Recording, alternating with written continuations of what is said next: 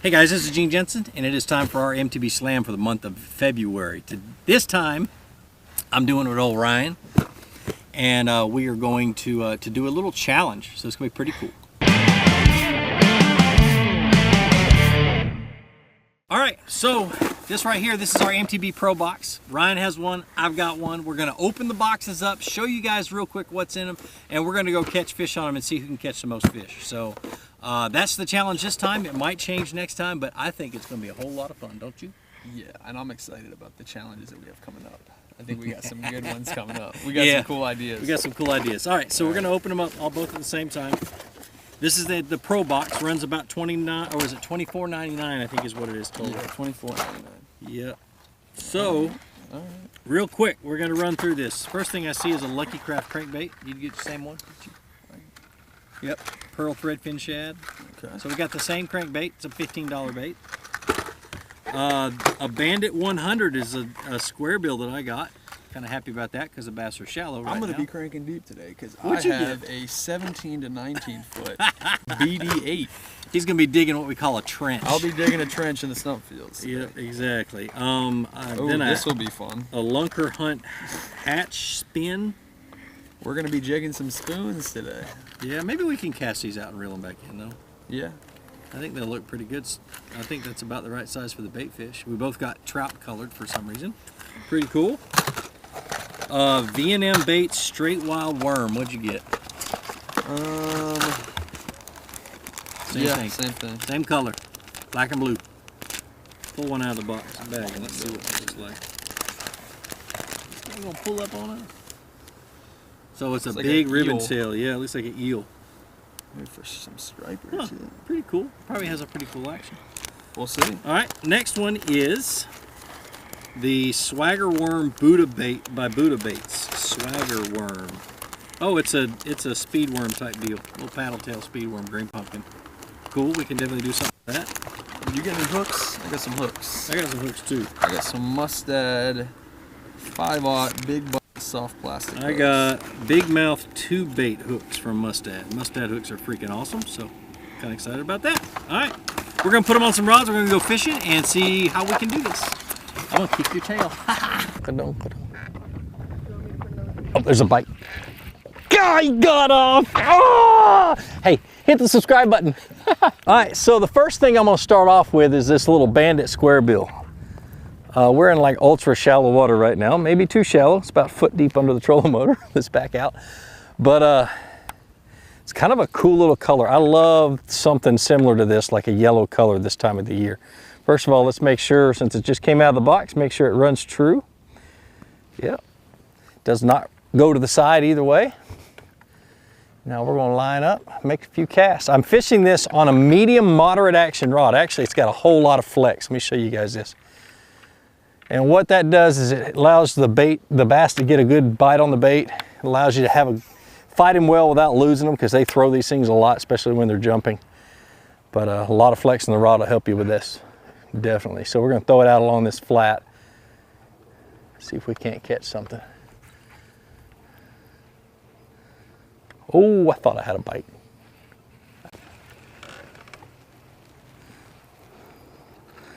Boy, that feels good coming through the grass. One of these days I'll learn what a bite feels like. Man.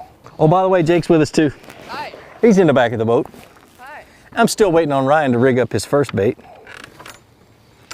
Oh, breaker rod. Just kidding. Ryan's gonna break his second rod for the week. All right, so basically what I'm doing is I'm casting out onto the shallow flat and I'm just slowly dragging it back to the boat. Just reeling it really slow. Pulling it through the grass. Oh, there's one right there. Ryan hasn't even made a cast. And I get this one bit right at the boat. Not a big one. You can tell he's been in the grass a while. See how dark he is. 1-0. It's all right to be little bitty. So Ryan, please explain what you're fishing with. All All right, so I got the spoon on. I'm gonna try and get the hardest thing out of the way. I think that this jigging spoon will be the toughest thing. If we were up north, this thing would be killer. But right now, with the conditions we're facing, it's like, I don't know, in the 60s. Water temperature is 53. We're fishing shallower grass, so I think this would be a little more difficult. But I want to make a couple practice pitches with it. We are on a community hole right here, so I think, I don't know. I don't know. It looks pretty good. I mean, it's small. The bait fish are small today. Yeah, so. yeah. The last couple trips we made here, they've been eating threadfin that are about an inch or two long. So, other than the rainbow trout pattern, maybe the blade will fool them. I don't know. I'm either gonna kind of yo-yo it like a lipless crankbait, or I'm going to reel it in straight. I have no idea. I just want to get this part over with, to be honest with you. So, let's do it. Upsize the hook. Oh. Well, listen, shh.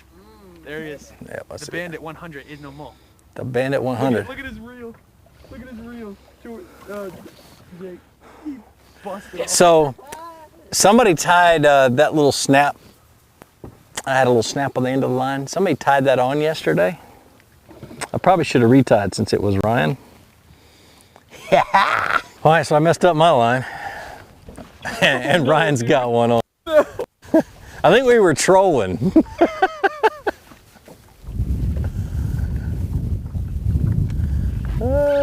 It's all right. No. That's a good one too. He caught one on this piece of junk. Oh, on the sucker hunt. Don't break my rod. He broke his rod.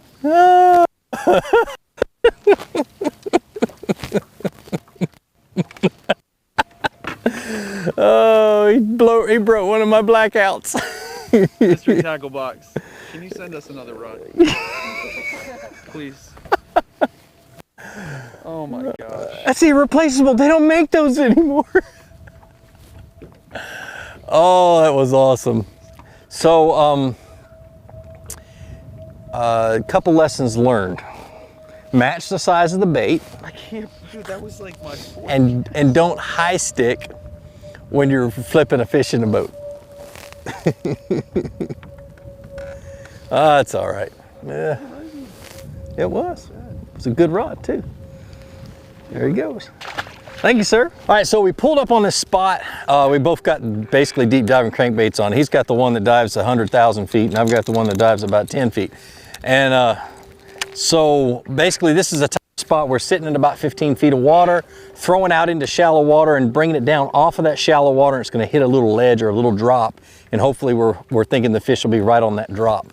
Leading back into a little spawning bay should be pretty much ideal if we can get a good bite. So, dude, this thing digging hard. So, one thing you want to do with a deep diving crankbait is you want to make sure that you're fishing it on a lower gear ratio reel, 6.6 to 1, 7.3 to 1. He's fishing his on a 8.1 to 1. So being that it's a high gear ratio reel, it's harder to crank. So, but if you can handle it, you can do it. And it's starting to rain. There's one. Ryan's got one, look at that. So what Ryan was doing is he was digging what we call dredging, or digging a trench. He was cranking along and just digging as deep as he could into the dirt and just letting it pop up. It's like a really, really slow press. Oh, dude! Oh gosh, he's got two. Get your net, get the net, get the net. Jake, get the net. We don't have the net. Net's in the truck. You're gonna have to reach out and get it. Let him do it, Jake. Let him do it. My first double. Oh, these boys were competing. That's Ryan's first double. Oh my gosh, that's awesome. Oh, so he was digging that trench, and I guess you brought it right off that lip, and that's where they hit. Had one and then the other one. Oh, that's awesome. Dude, that's sick. My first double. Thanks, Gene. Yes, dear. That's so sick. Hey, jack leg. All right, let me get in there, see if I can catch one on this bevy shad. I'm jealous now. I don't even know what to do. One at a time. Sweetness. So tell us what you were doing. Come on. Dude, jack leg. That was awesome. I was cranking the outside of this point. Yep. You had gotten bit, and that was weird, dude, because like I lost contact with the crankbait. I felt the fish, and as it was coming up, it just kind of It just felt odd. I don't know. It's pretty cool. That is freaking awesome. That means there's a lot of fish here and they're competing. Yeah.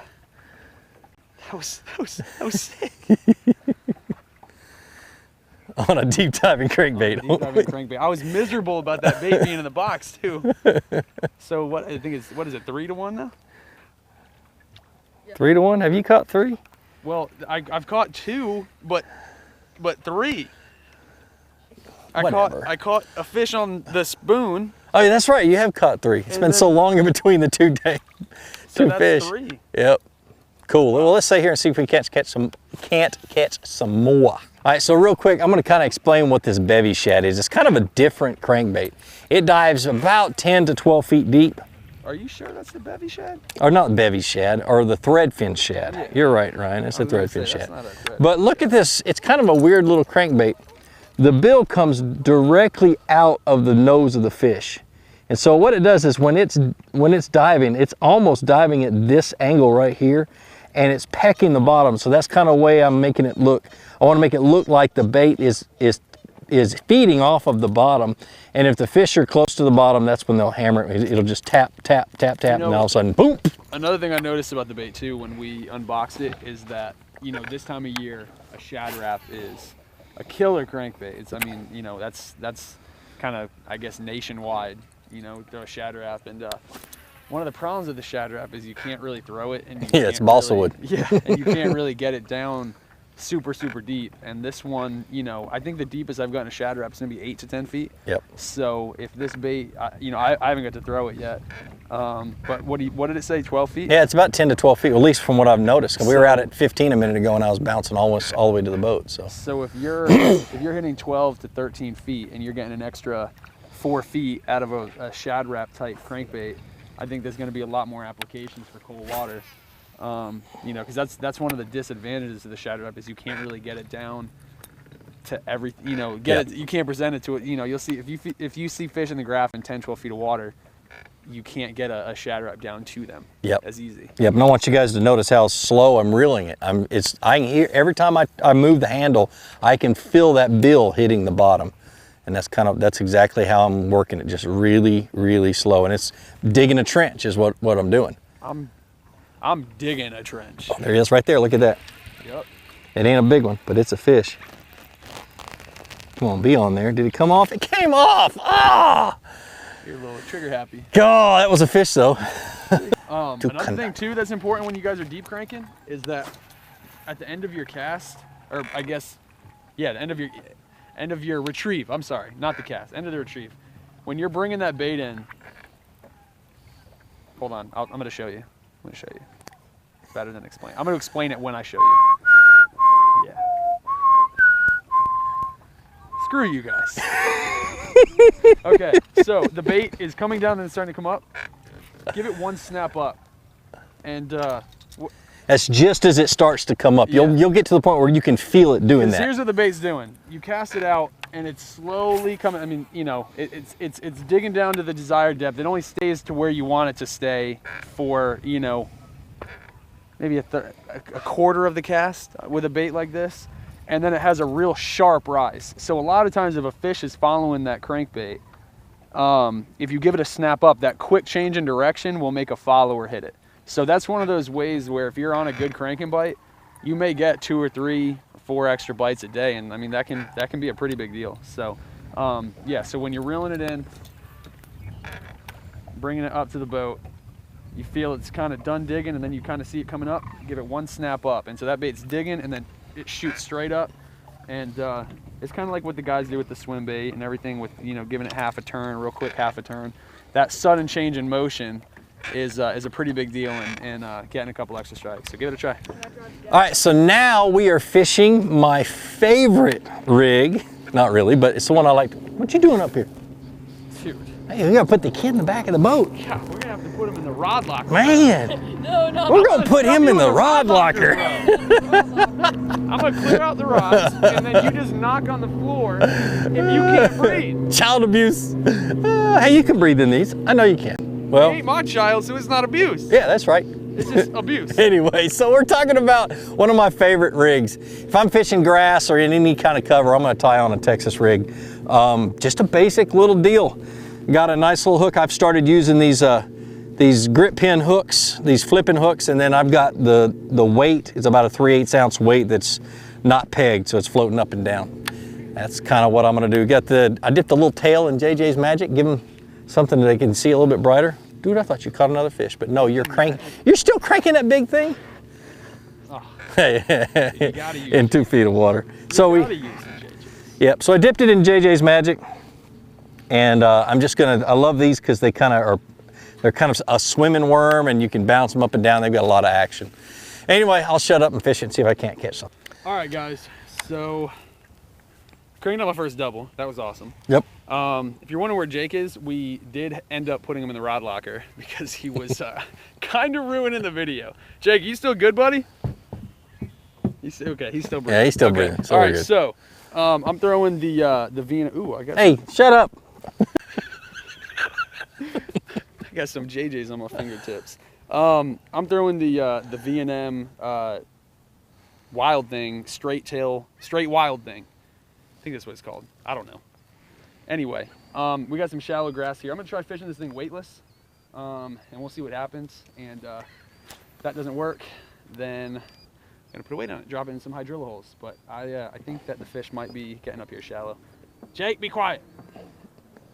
By the way, before I turn the camera off, Jake is right there. So no children were injured in the filming or abused in the filming of this video. Yay! But he's about this close. All right. Man, it's raining, it sucks. So this wild thing, I honestly thought it was kind of stupid when I pulled it out. That was my initial impression of it. It's pretty sweet, man. It looks nice. I'm working it like a fluke, and it looks good underwater. It's walking. No, I'm just dragging it across rocks and the boat's drifting. So yeah, when he walks it, it has this really cool little action on that tail. Dude, it almost looks like a glide bait. It's crazy.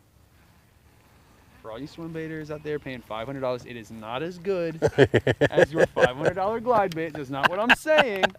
All I'm saying, I don't want to get... So don't get your underwear in a wad. I don't want to get slammed by the swim bait guys. All I'm saying is that this might be a little cool fluke alternative. Yep. And for the striped bass fisherman, I don't know, man. It's got like this little eel look to it. And I love striped bass. All right, so we're in trouble. We're not going to be able to finish the slam like we wanted to, or this challenge. Got a rain coming in. We're getting soaked. My rain gear's in the truck. We're going to haul tail back over to Chester Frost and put it on the boat. I'm going to be all right. But he kicked my butt today with that double. It is what it is, but it's time to haul tail, guys. Well, like I always say, be sure to introduce somebody to fishing. Introduce them to my channel. Let me help you teach them how to fish. More importantly, get out on the water, go out and catch some fish, and have a better day than this. See you guys. We'll see you.